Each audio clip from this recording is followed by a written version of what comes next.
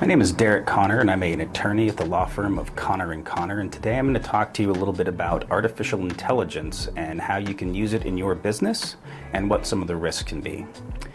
AI is a new powerful tool that people are using to streamline tasks, make things easier, conduct research, and all in all try to improve the efficiency of their businesses. AI has become very common use in the law practice. There are some serious pitfalls for attorneys that have been using AI in court pleadings, particularly those who aren't checking their citations.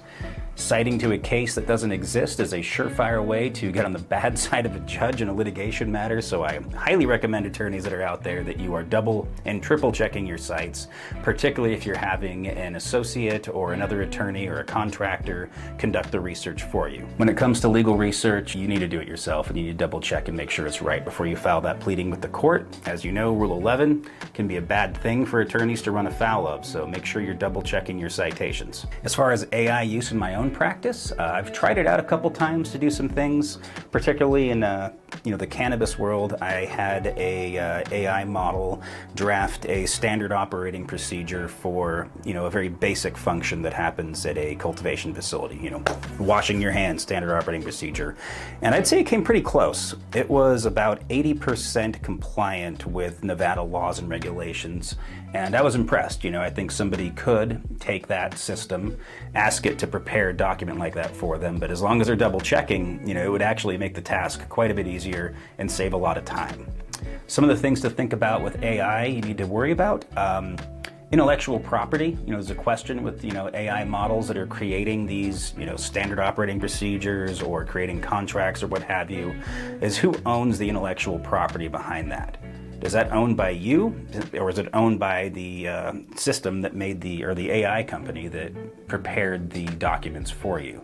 I think that's something that we'll see borne out in the next few years as AI becomes more popular and the courts have a chance to review some of these things. Obviously, there's contractual rules when you agree to the terms and conditions of those AI models. I suggest to read those and make sure that you understand what you're agreeing to and who would own the intellectual property for what's created with your AI systems. Other things to consider: data privacy. I've had some real concerns when let's say you go to ask an AI model to prepare something for a client as an attorney.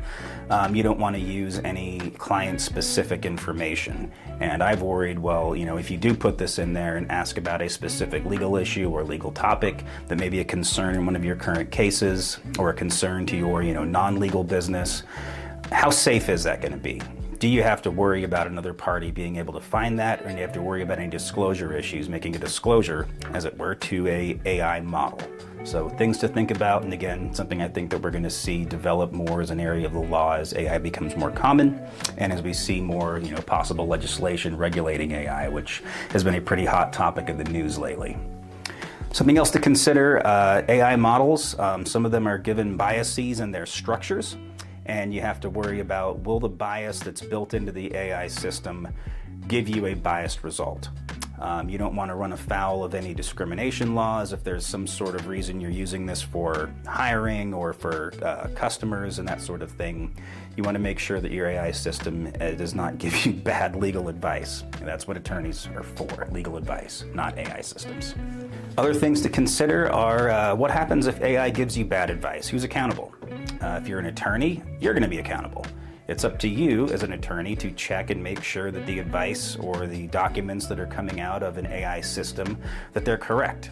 Because I believe that a law firm will be held liable if it uses a bad document or gets bad legal advice or bad legal research from an AI model. Ultimately, it's up to the attorney. And for your business, something else for you to consider is, are you going to be liable for the results of what the AI models are spitting out? I think, again, this will be an area that will be developed more as AI becomes more popular and AI gets used more often.